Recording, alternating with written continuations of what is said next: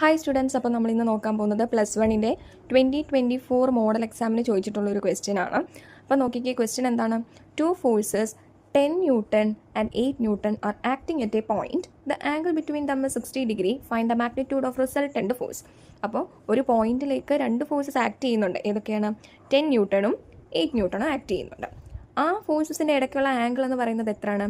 60 ഡിഗ്രിയാണ്. അപ്പോൾ നമ്മൾ എന്താണ് കണ്ടുപിടിക്കാൻ പറഞ്ഞിട്ടുള്ളത്? Magnitude of the resultant force. അപ്പം റിസൾട്ടൻ്റ് ഫോഴ്സിൻ്റെ എന്ത് കണ്ടുപിടിക്കണം? മാഗ്നിറ്റ്യൂഡ് കണ്ടുപിടിക്കണം. അപ്പം നമ്മൾക്ക് ഇവിടെ തന്നിട്ടുള്ളത് എന്തൊക്കെയാണെന്ന് ആദ്യം എഴുതുക. എന്തൊക്കെയാണ് തന്നിട്ടുള്ളത്?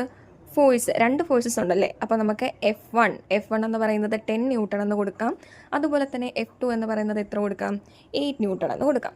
ഇനി എന്താ തന്നിരിക്കുന്നത്? ആംഗിൾ ബിറ്റ്വീൻ ദം എന്ന് പറയുമ്പോൾ എന്താണ്? ആംഗിൾ തീറ്റ എന്ന് പറയുന്നത് എത്രയാണ്? 60 ഡിഗ്രിയാണ്.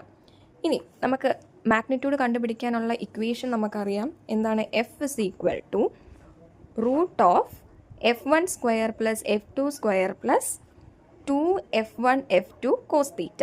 ഇതാണ് നമ്മളുടെ ഇക്വേഷൻ. അപ്പോൾ നമ്മുടെ കയ്യിൽ എല്ലാം ഉണ്ട്. നമുക്കിത് ജസ്റ്റ് സബ്സ്റ്റിറ്റ്യൂട്ട് ചെയ്തിട്ട് ആൻസർ കണ്ടുപിടിച്ചാൽ മതി. അപ്പോൾ F1 സ്ക്വയർ എന്ന് പറഞ്ഞാൽ എന്ത് കിട്ടും?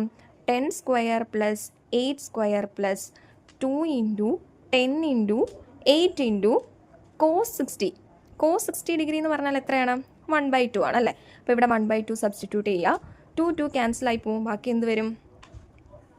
നോക്കിക്കേ, √100 പ്ലസ് 64 പ്ലസ് 80 എന്ന് കിട്ടും. അപ്പോൾ ഇതിനെല്ലാം കൂടെ ആഡ് ചെയ്യുമ്പോൾ നമുക്ക് √244 എന്ന് കിട്ടും, which is equal to 15.62 newton.